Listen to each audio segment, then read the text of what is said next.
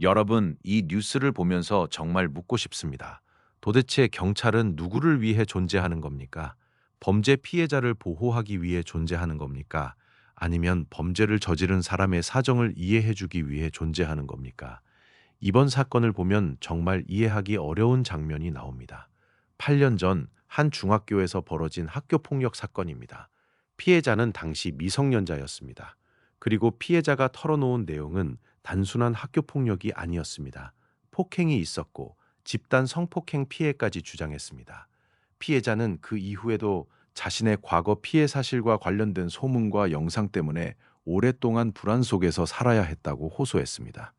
그런데 성인이 된 뒤 어렵게 경찰에 신고했더니 피해자가 마주한 수사기관의 태도는 어땠습니까? 피해자 측 주장에 따르면 수사 과정에서 가해자와 경찰의 친분 관계가 언급됐고, 당시 피해자 국선 변호인은 수사 담당자가 처음부터 사건을 불송치할 것처럼 예단하는 태도를 보였다고 말했습니다. 여기서부터 국민들은 분노할 수밖에 없습니다. 왜냐하면 수사기관에서 가장 중요한 것은 누가 더 불쌍한가가 아니라 무슨 일이 있었는가를 확인하는 것이기 때문입니다. 그런데 당시 수사 관계자가 이후 인터뷰에서 한 말이 더 충격적입니다.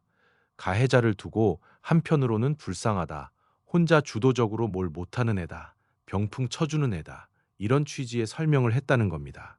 저는 이 대목이 이번 사건의 핵심이라고 생각합니다. 가해자에게 사정이 있을 수 있습니다. 어린 시절 환경이 좋지 않았을 수도 있습니다. 주변의 영향을 받았을 수도 있습니다. 그렇다고 해서 수사기관이 사건을 바라보는 기준이 달라져서는 안 됩니다. 수사기관은 심리상담센터가 아닙니다. 수사기관은 피해자와 가해자의 인생사를 평가해서 얘는 불쌍하니까 조금 봐주자라고 판단하는 곳이 아닙니다.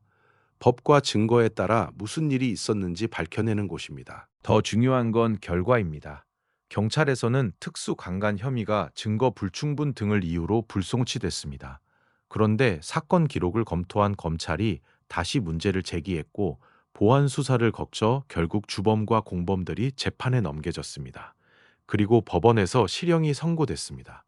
그렇다면 국민 입장에서 이런 질문이 나오는 건 너무나 당연합니다. 도대체 처음 수사에서는 무엇을 놓친 겁니까? 처음 판단과 최종 판단이 왜 이렇게 달라진 겁니까? 피해자가 조금만 더 포기했다면 어떻게 됐을까요? 이게 진짜 무서운 부분입니다.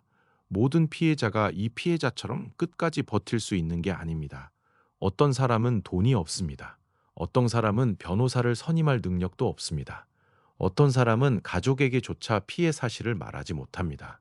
어떤 사람은 수사기관에서 한 번 거절당하는 순간, 아무도 내 말을 믿어주지 않는구나 라고 생각하고 포기할 수도 있습니다. 그러면 사건은 어떻게 됩니까? 그냥 끝나는 겁니다. 피해자의 인생은 무너졌는데 서류상으로는 사건이 종결되는 겁니다. 그래서 국민이 진짜 두려워하는 것은 경찰이 실수할 수 있다는 사실 자체가 아닙니다. 사람이 하는 일이니까 실수할 수 있습니다. 진짜 두려운 건 잘못된 수사가 이루어졌을 때 그걸 다시 들여다볼 수 있는 장치가 제대로 작동하느냐는 겁니다. 이게 민주주의 국가에서 왜 중요한지 아십니까? 권한을 가진 조직은 반드시 견제를 받아야 하기 때문입니다. 경찰도 견제받아야 합니다. 검찰도 견제받아야 합니다. 법원도 견제와 감시가 필요합니다. 정치권도 마찬가지입니다.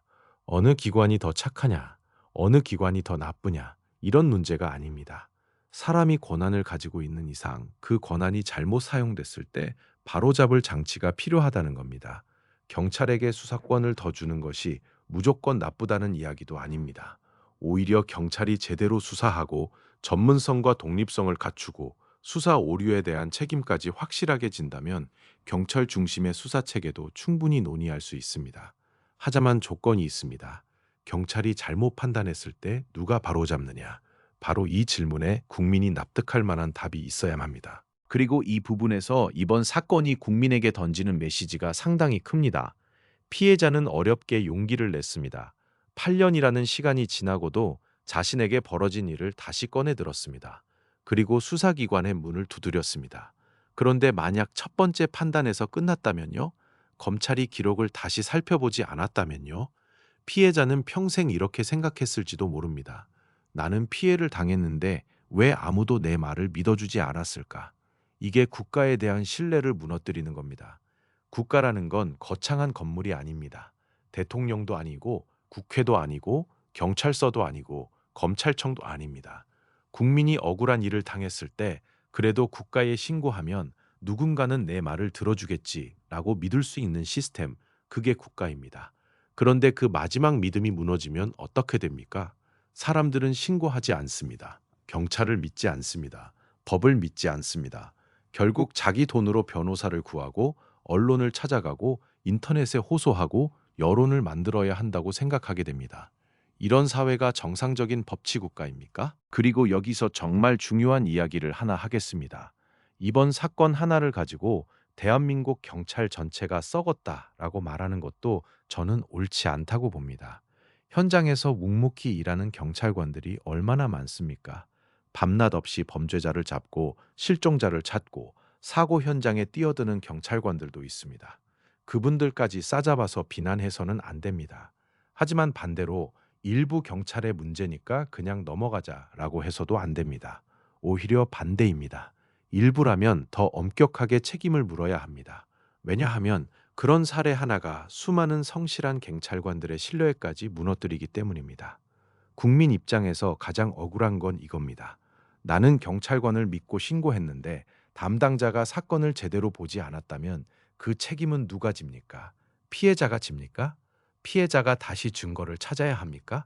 피해자가 다시 변호사를 구해야 합니까? 피해자가 방송국을 찾아가야 합니까? 아니면 수사기관이 우리가 판단을 잘못했다라고 책임져야 합니까?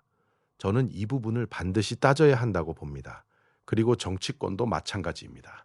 검찰개혁이든 경찰개혁이든 국민에게 필요한 건 누구의 권한을 빼앗았느냐가 아닙니다. 그 결과 국민이 더 안전해졌느냐입니다. 검찰이 문제가 있었다면 개혁하면 됩니다. 검찰의 과도한 권한이 문제였다면 견제하면 됩니다.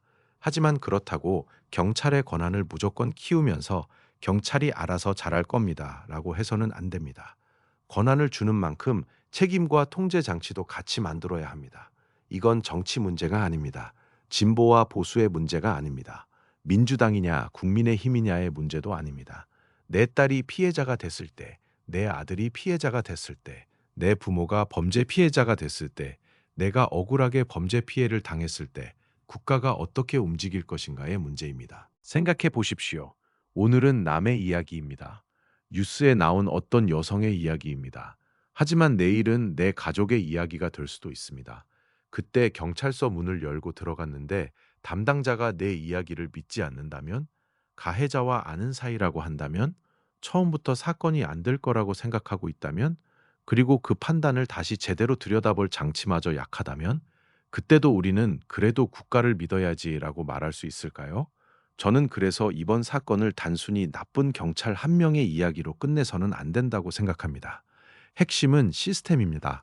왜 그런 판단이 나왔는지, 수사 과정에 문제가 없었는지, 담당자에게 책임을 물을 수 있는지, 잘못된 불송치 판단을 어떻게 바로잡을 것인지, 피해자가 다시 호소할 수 있는 통로가 제대로 작동하는지, 이걸 하나하나 따져야 합니다. 그리고 국민이 원하는 것도 사실 그렇게 복잡하지 않습니다. 경찰이든 검찰이든 잘못했으면 책임지게 하라는 겁니다. 가해자를 무조건 처벌하라는 것도 아닙니다. 피해자 말을 무조건 믿으라는 것도 아닙니다. 증거를 보고 수사를 하고 사실관계를 확인하고 법에 따라 판단하라는 겁니다. 그게 그렇게 어려운 요구입니까? 그리고 저는 이번 사건을 보면서 가장 마음 아픈 대목이 피해자의 말이었다고 생각합니다. 검찰 조사를 처음 받으러 갔을 때 이 사건이 이렇게 묻힐 사건이 아닌데 라는 말을 들었다고 합니다. 그리고 피해자는 내 말을 믿어주는 사람이 있구나라고 느꼈다고 했습니다. 여러분, 피해자가 국가기관에서 가장 먼저 느껴야 하는 감정이 내 말을 믿어주는 사람이 있구나여야 한다는 겁니다. 그런데 그걸 느끼기까지 8년이 걸렸습니다. 이게 우리가 정말 생각해 봐야 할 부분입니다. 국가는 강해야 합니다. 하지만 국민에게 강한 국가가 되어서는 안 됩니다. 범죄자에게는 엄정하고 피해자에게는 든든한 국가여야 합니다. 경찰도 검찰도 법원도 정치권도 결국 국민을 위해 존재하는 조직입니다. 국민이 그 조직을 두려워하는 것이 아니라 억울할 때 찾아갈 수 있는 곳이라고 믿어야 합니다. 그리고 그 믿음을 깨뜨리는 공직자가 있다면 그 사람이 어느 조직에 있든 엄정하게 책임을 물어야 합니다. 경찰이라고 감싸서는 안 되고, 검찰이라고 감싸서도 안 되고, 정치인이라고 감싸서도 안 됩니다. 그게 법 앞에 평등이고, 그게 민주주의입니다. 마지막으로 하나 묻겠습니다. 여러분이라면 어떻겠습니까? 여러분의 가족이 끔찍한 범죄 피해를 당했습니다. 그런데 경찰이 사건을 제대로 수사하지 않았습니다. 심지어 담당자가 가해자를 두고 불쌍하다라고 말합니다. 그런 상황에서도 그래도 경찰을 믿겠습니다라고 말할 수 있겠습니까? 아니면 도대체 내가 누구를 믿어야 하는 거냐라는 생각이 먼저 들겠습니까? 저는 국민이 국가를 믿지 못하게 되는 순간이 바로 이런 순간이라고 생각합니다. 국가의 신뢰는